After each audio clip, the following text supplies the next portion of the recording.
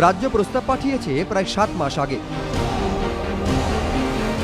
পশ্চিমবঙ্গের নাম বদলের প্রস্তাব নিয়ে কেন্দ্র এখনও নীরব বলে অভিযোগ নবান্নর। এ নিয়ে মুখ্যমন্ত্রী যেমন ক্ষুব্ধ, তেমনি অসন্তুষ্ট সেই বিদ্বজ্জনরা যারা রাজ্যের নাম বদলের প্রস্তাবকে স্বাগত জানিয়েছিলেন।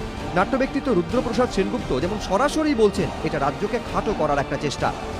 সাইলেন্স উপলক্ষ করে একটু অপমান করলাম আর কি।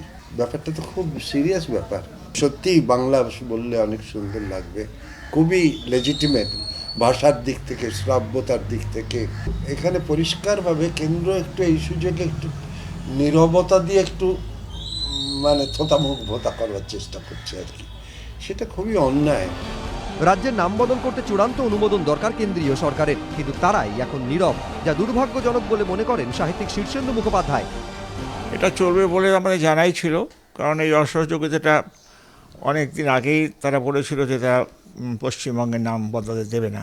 তো এটা খুব দুর্ভাগ্যজনক। এই যে উদ্যোগ নেওয়া হয়েছে এই রাজ্যের নাম বাংলা রাখা, খুব শুভ উদ্যোগ এবং খুব প্রয়োজনীয় উদ্যোগ। এটাতে টালবাহানা করা কেন্দ্রের মোটেই উচিত হচ্ছে না।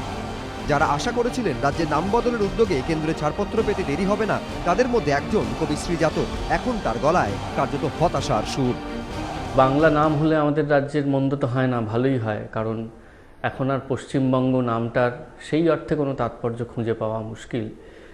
তো সেখানে যখন মুখ্যমন্ত্রী এই ধরনের প্রস্তাব এনেছিলেন, আমাদের অনেকেরই আন্তরিক সায় ছিল। কেন্দ্রের উচিত যে একটা রাজ্য যখন চাইছে তার নাম বদলাতে, ঐতিহাসিকভাবেই চাইছে এবং তাতে কোনো অসুবিধে নেই, সেটাই সাড়া দেওয়া।